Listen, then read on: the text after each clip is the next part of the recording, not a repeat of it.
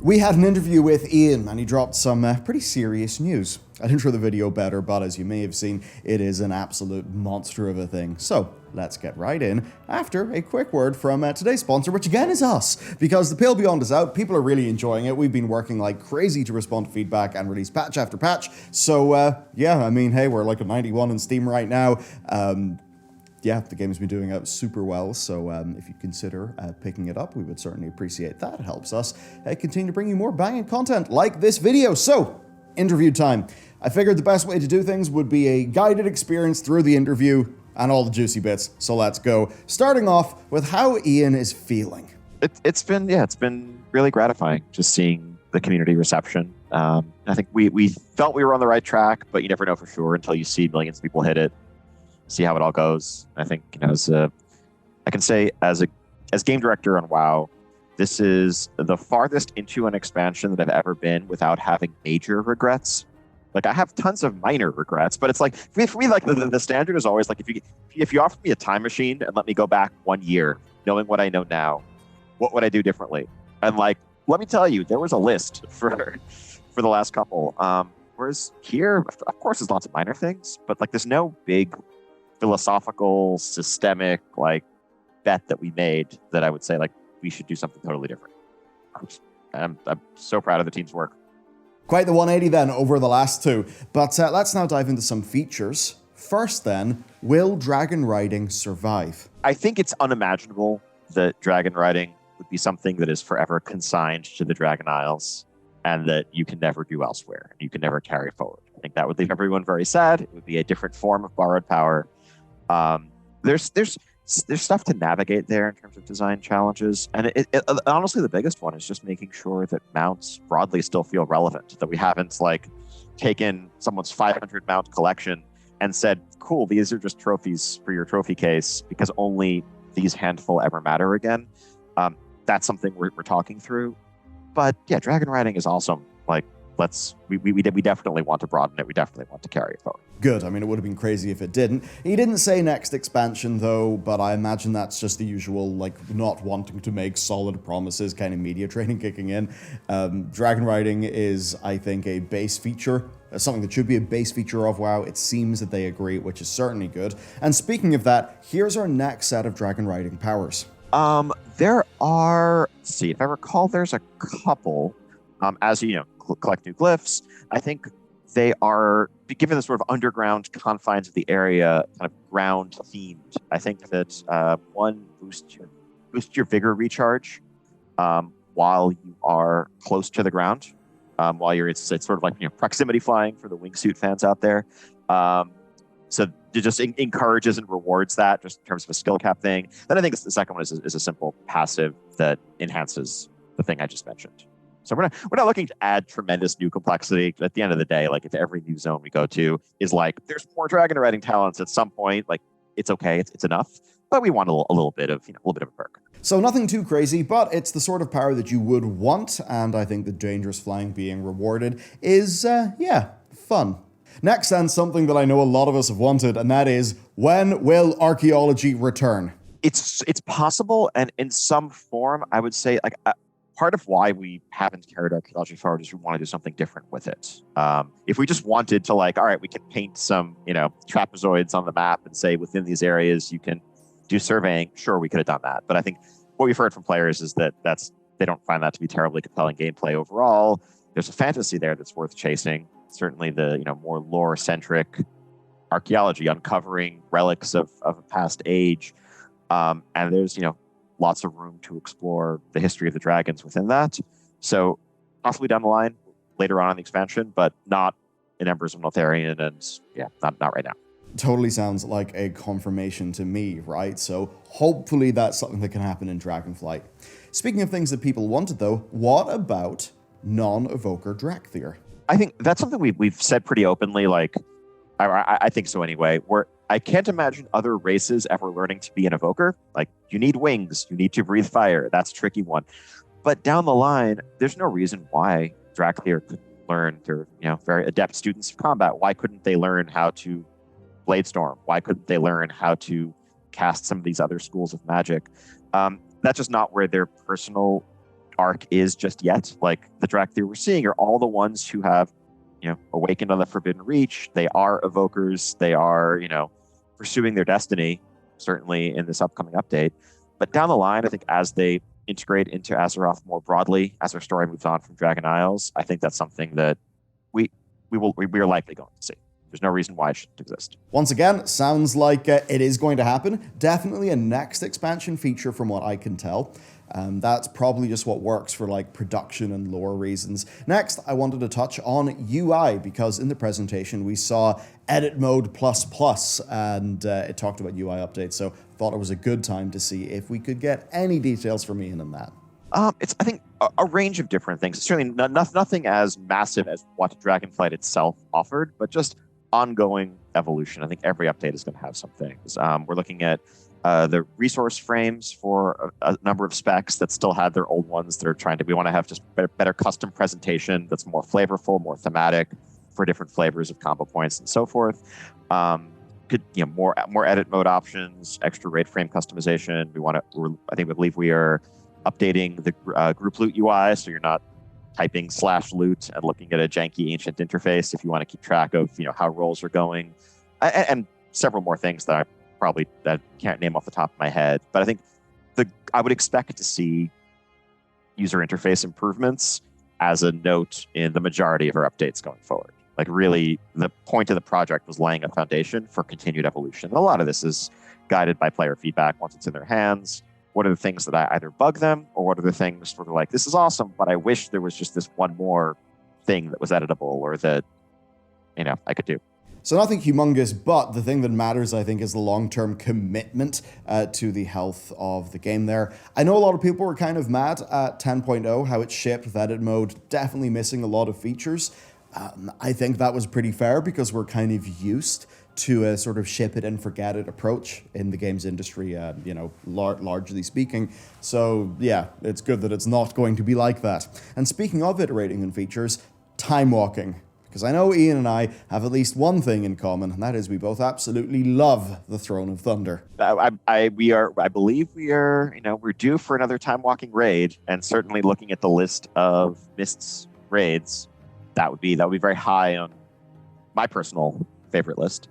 No specific time walking updates in Embers of Neltharion. I think we tend to that's frankly the sort of thing that would lend itself well to a 10.15, 10.17, like a new major seasonal tier patch offers so much to do that time walking almost feels like directly competing with it, whereas time walking updates, are great complements later on in the season. We love time walking as a backbone. It's something we want to continue to expand in, whether that is adding new raids or potentially even adding outdoor gameplay to. Are there things that you could do that make outdoor Northrend relevant when it's Wrath Time Walking Week? Those are ideas the team is kicking around and discussing. Yeah, so there you go. That's a bit of a scoop. Some outdoor time walking content likely on the way at some point then, and Throne of Thunder. As for what that time walking would look like, I pressed them a little more on that. I mean, I think it's largely a bit of what I've said. I mean, I think it's whether it's we have with how much things can scale if we want them to, as witnessed by Chromie Time and other things. Are there ways of whether it's people playing content they never have, or just whatever the end game outdoor content, quest loops, or whatever of the given expansion were, if that were a thing that became temporarily relevant again for time walking type rewards when it was time walking week. It's more just expanding the concept of like, oh, it's Wrath Week. Okay, what does that mean? Well, that means that I can run time walking Older War. It means that I can queue for these dungeons. Maybe it also means there's something in outdoor Northrend for me. So I guess imagine some sort of outdoor Wrath content on Wrath Week actually mattering, being scaled up. I think if they could pull this off, like they have with the Dragonflight World content, then World of Warcraft would start to feel more like a World of Warcraft, which would be pretty damn brilliant. So we can continue to expect more time walking stuff in the in-between patches then, so who knows, maybe revisiting old daily hubs with modern rewards? Hard to know.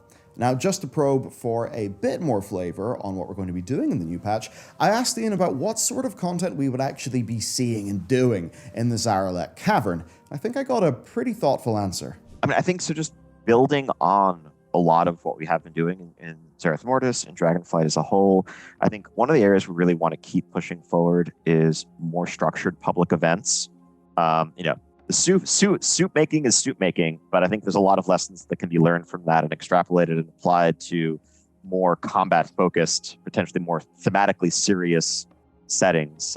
Everything from dealing with the minions and attacks of Farak, the Flame Incarnate, to other foes across Zaralek Cavern. And then there's a range of activities in support of the new Niffin renown. Treasure hunting, treasure finding things, and keeping with their mole-like, sniffing out hidden secrets underground, and just environmental integration across the board. So, good. This is really what I wanted to hear. The public events, I think, have been strong, right? So perhaps then we will one day actually have WoW zones that have an almost Guild Wars 2 feeling with loads of things just naturally going on within them. So I really like that. I then asked about cross-faction guilds, and here's how they're going to work. It's pretty straightforward. I think it's so similar to cross-faction instances. Like, this is designed to solve the social problems among people who already know each other, have some kind of connection, or are looking to play with a static group. I think if you want to be really semantically nitpicky, technically it's not a new type of guild. Like, guilds still have factions. A guild is still a horde guild. A guild is still an alliance guild, as defined by its guild master. We're just letting you join opposite faction guilds. And so, really, this is solving the natural problem based on feedback that we heard from players in the immediate aftermath of cross-faction instances. Many people were excited to be able to play the faction that better reflected their, aesthetic preference, whatever else. And even within long-standing guilds, some people faction changed right away, and then ran into the nuisance of now I'm not guild chat. And so when people are talking about something in guild chat, I can't see it, or I can't use guild repairs. And it was this constant nagging inconvenience. So this is just removing those barriers. Also has some side effects for the very high-end Mythic competition, in that having separate Horde and Alliance Halls of Fame no longer makes sense. So it would just be one unified list, since, again, you can join either. Halls of Fame are unified, and a problem that they watch players have is now solved, which is brilliant. Cross-faction has already, of course, been amazing for the game, especially as an Alliance player, because, man, Mythic Plus was not good when there was that few people. So that's been awesome. Now that we can just bring a Tauren to an Alliance guild, I know that will make some of our raiders very happy. Next, then, Mythic Plus. There's some really chunky design stuff to chat through here. Of course, as you know, Mythic Plus affixes are a big community sticking point right now, so I asked Ian if he just had anything to say on them. And it turns out he actually had a lot.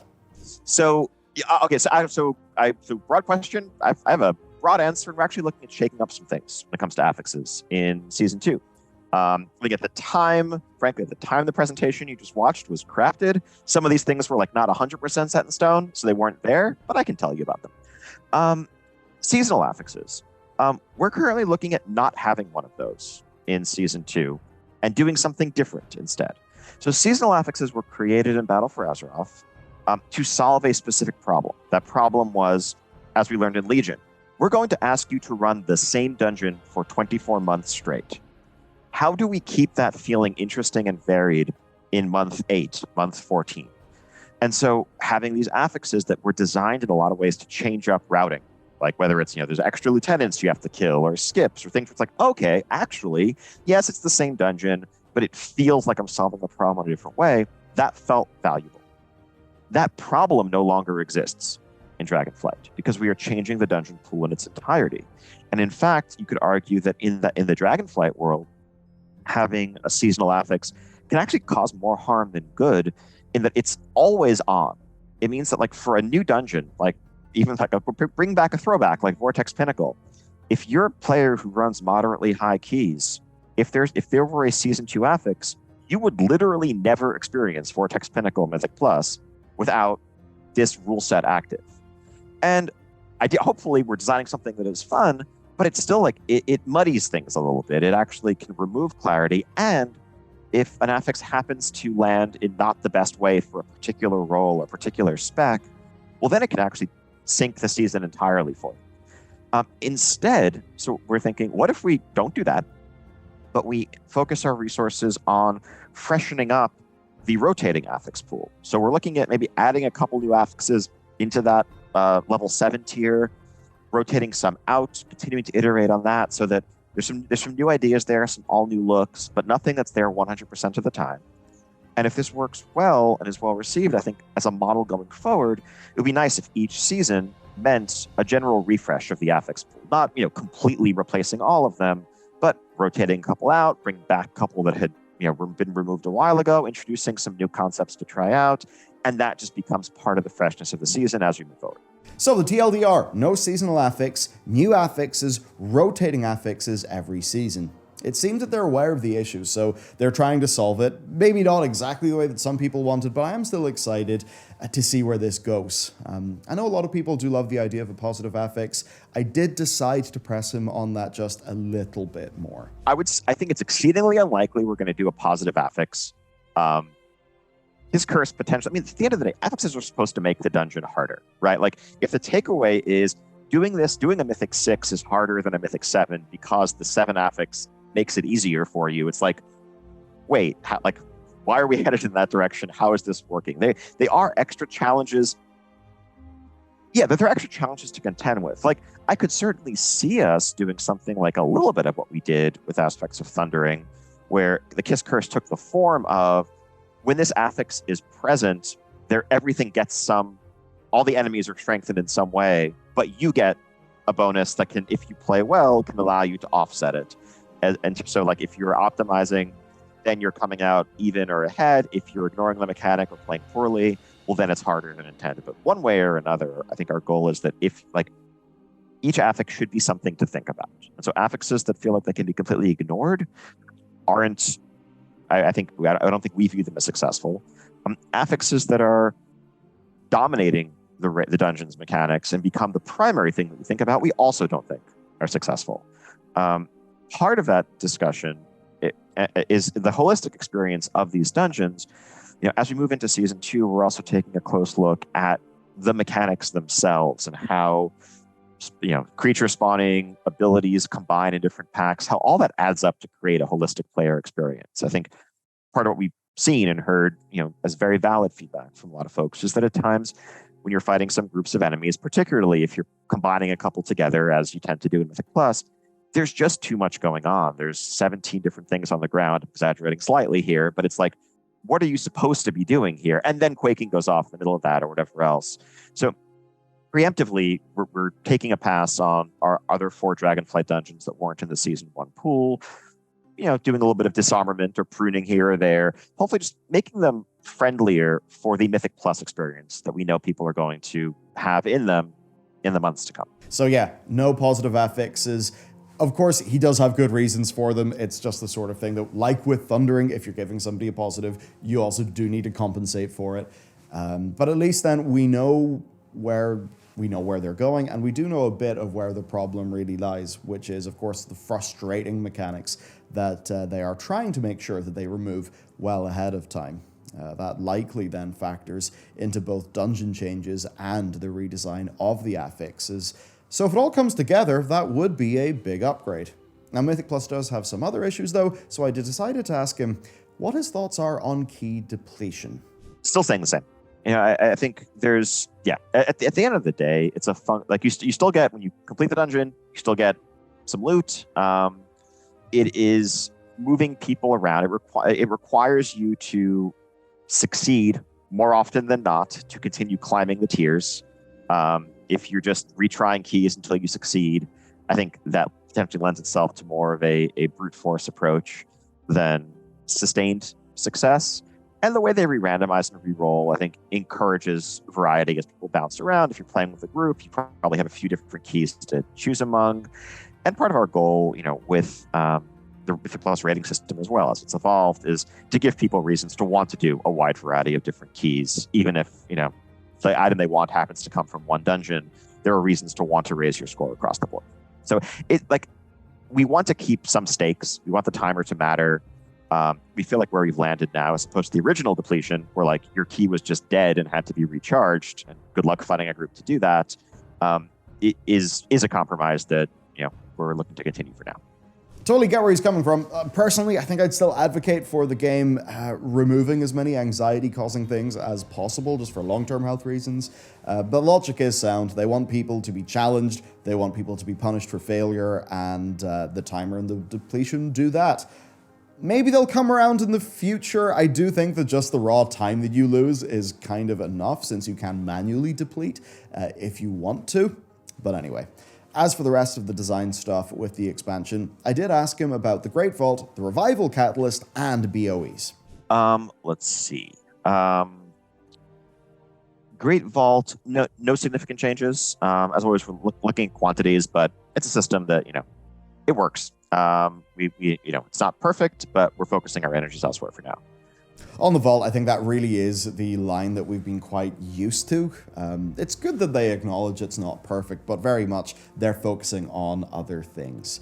I would like less RNG. I would like it if the loot came faster via gameplay, but we didn't have that big weekly casino thing. But they do seem to be aware of those issues. Maybe they'll go back round to it. I suppose one thing is, I didn't at the time of the interview know about the overall gearing changes that they're making. So it very much could be that in light of the gearing overhaul of 10.1, the Vault will feel perhaps just fine compared to where it is now.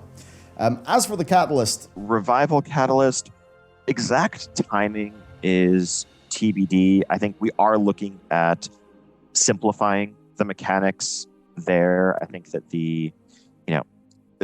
there's aspects of the account-wide charges that we like in terms of the alt-friendliness of it, but I think that it's lacking in clarity, and the lack of catch-up mechanics for those who miss a week have been frustrating.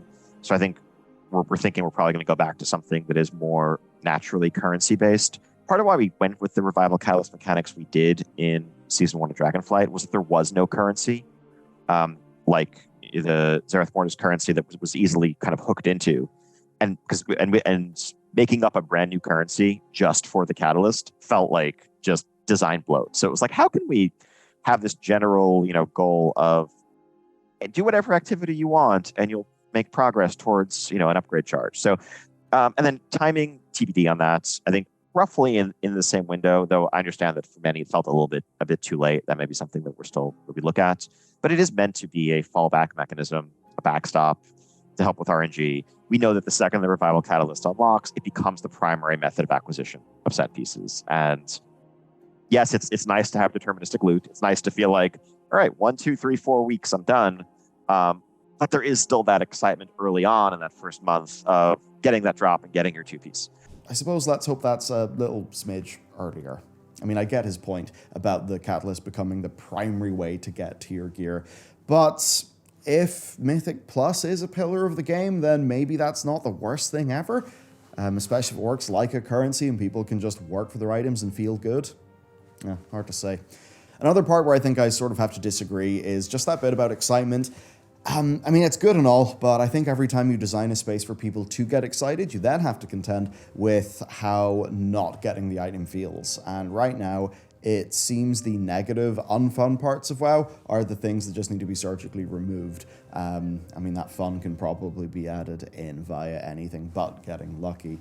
Now, all that being said, gearing broadly is set up to be quite brilliant per the announcement that we covered yesterday. Yeah, I think we do want, I think it's likely, certainly that we repeat the Mythic versions of the items not being tradable at the very outset. I think that is one of those things that, when they were tradable, it led to more economic and competitive abuse than organic upside. It's like, really, for most people, if you see a Mythic eye level trash drop, you should want to. That's an upgrade for everyone. Equip it, be happy. Don't take it to the auction house or server transfer and sell it to a world first guild for millions of gold. Just enjoy your item. Move on. Anyway, with that said, it was time to go and handle raids, just to check in and see where they're going.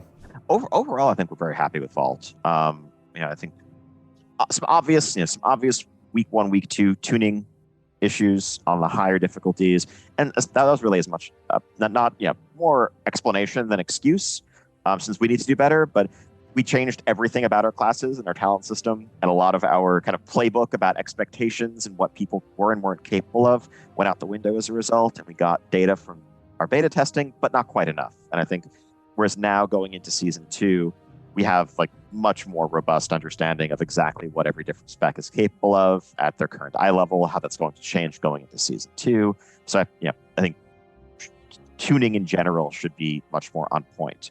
Now, philosophically, I mean, I think Vault is a continuation of, ideas and things we have favored for a while now in terms of seeking out environmental integration where possible, making, interesting boss rooms that are shaped or have mechanics that are part of the encounter, even if it's just a place you're going to get knocked off or traverse through. So it, feels more like an interesting place as opposed to a platform in a video game that was designed for you to fight a specific boss. Mechanically, I think certainly lessons learned from Sepulchre are just about how there's a lot of discussion afterwards about how punishing mistakes should be at different levels, the different difficulty levels in terms of, is it okay to ever wipe the raid because one person made a mistake? Sometimes, depends on what that mistake was. If that mistake was, failing to do something that had a 10-second window to execute it and a margin of error, then yes, actually, someone should have done this. If that mistake is you were 2 pixels out of position and clipped something avoidable, no. On Mythic difficulty, maybe we kill you, the player, for that, but that's not a satisfying way of delivering difficulty. And so I think we kind of took a step back in some of the pain points in Sepulchre and wanted to make sure that while still challenging, that challenge wasn't veering into the frustration area in Vault. And based on the feedback we've gotten, I think we're really happy with how that's landed. Overall then, good. I mean, the bit about environmental integration, that's really, to me, what made Vault feel fantastic. So I'm definitely more excited than before. I mean, I've kind of loved raiding these days. When he says about, challenge not being frustrating, that's good. You don't really realize that until you maybe look back and ask, was I ever pissed off during the raid? And the answer is, outside of some random swirlies, or maybe my own performance, no, I wasn't actually pissed off during the raid. It also helped with Disc Priest, it's really damn fun. So overall, I'm left being very excited for Aberrus. I think that Vault has been absolutely incredible and a humongous improvement over, say, Sanctum of Domination. Okay, so that's most of the news and the major stuff, but the interview had a lot more to it, so let's get to what's left. Some lore being, shot down or played with, and some fun things about the future. I mean, I think going into Neltharion's Inner Sanctum, we all know that Neltharion was up to some stuff. He was dabbling in eldritch powers that ended up eventually being his downfall. He was certainly doing that somewhere, and whatever forces he was communing with, whatever relics of that connection might exist, they might be found in a place like Aberrus. So, I mean, I think at its core, Aberrus's broad inspiration is an evolution of Black Dragon Laboratories, as we've seen in Blackwing Lair, Blackwing Descent forever ago. That was like a Nefarian following in his father's footsteps meekly. This is the origin of it all, right? This is Deathwing's version of that. This is where the Dracthyr ultimately were created, where the research that led to their existence came to pass, where Deathwing was pursuing military experiments and other things that would eventually come to bear in his war against the Incarnates and others. So fun place, and I think fun set of problems for the encounter team to wrap their head around and just jump into as a setting. Blackwing Lair and Blackwing Descent are big vibes, so seeing what's likely going to be a darker form of that, maybe looking as good as the Vault did artistically, that's definitely a hell yeah. I'd love them to go full body horror with that. But next, I did have to go a little bit conspiratorial. Most people noticed how Kalimdor moved a bit on the map, so why not ask? I love the conspiracy theories. Honestly, I'm not 100% sure. I can tell you that was not like some master planned. Quite possibly it was just like our team, when updating the maps, was like, things are, I don't know, just some visual symmetry or some minor thing they wanted to tweak. But I would not read anything more into that. I mean, you're free to, but sure. Yeah, so apparently Kalimdor just moved to the right for no particular reason. But if we were onto something, Ian obviously wouldn't be able to tell us anyway.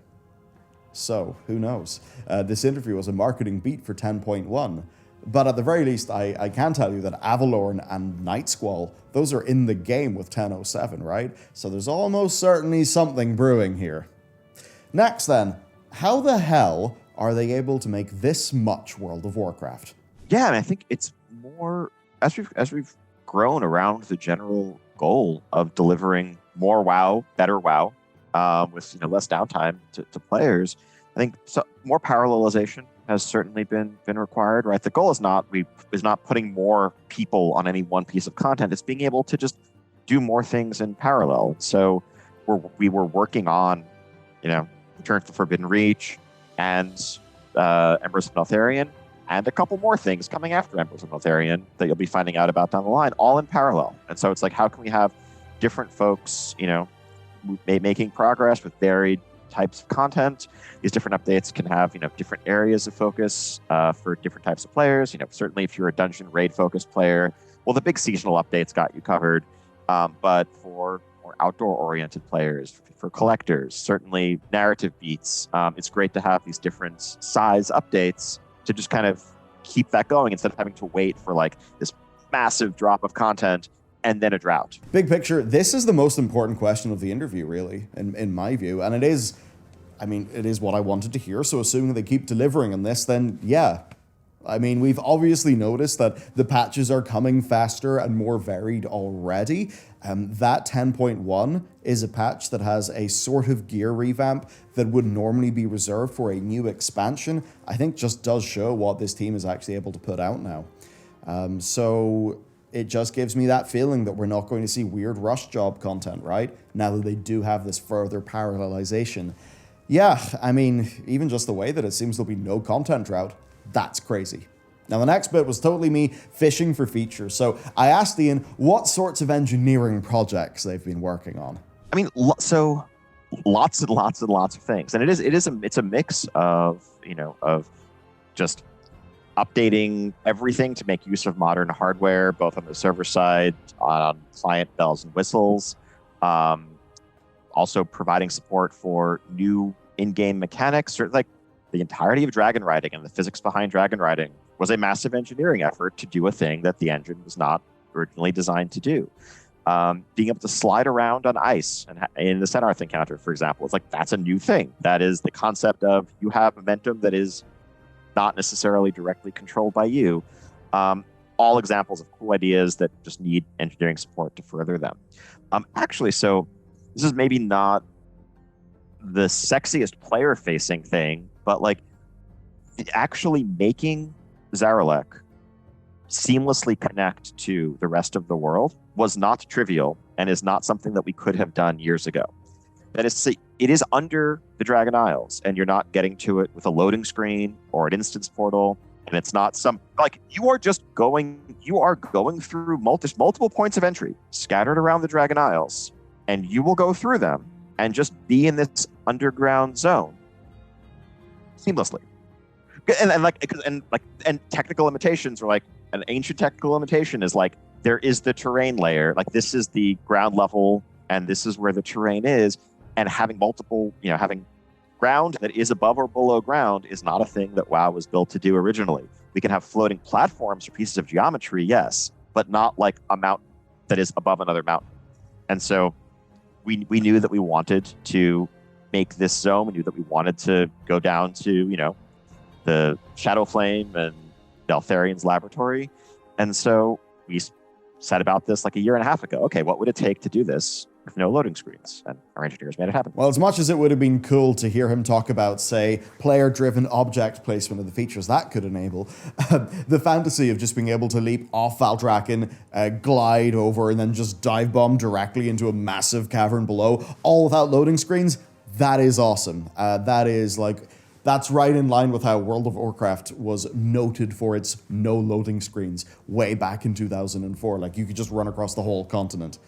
So that's it. That's everything we covered in the interview. It was actually great talking. It was great talking to Ian again, especially just seeing him honestly not being like turbo stressed or not. I don't mean being on the defensive in a good way, or in a bad way. Like, the way if there's been a feature that's not being well received, and then the game director goes on into to an interview, like with Preach or something, and he's going to, anyone in that situation, you're naturally going to know that like they probably had a deep breath before they entered this conversation, and they know that it's, well, right? Whenever people are doing an interview about maybe, there's a controversial aspect of the game. But here, honestly, like, Ian was just really chill.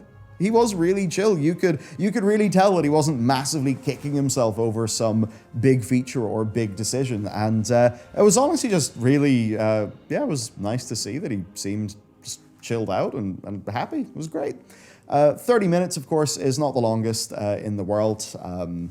Definitely, I mean, I could go for hours, but it was absolutely great. Yeah, it was great having the talk. It's always fun when these, new patches and things give us an opportunity to do Q&As. Who knows? I'd certainly like to do more there in the future.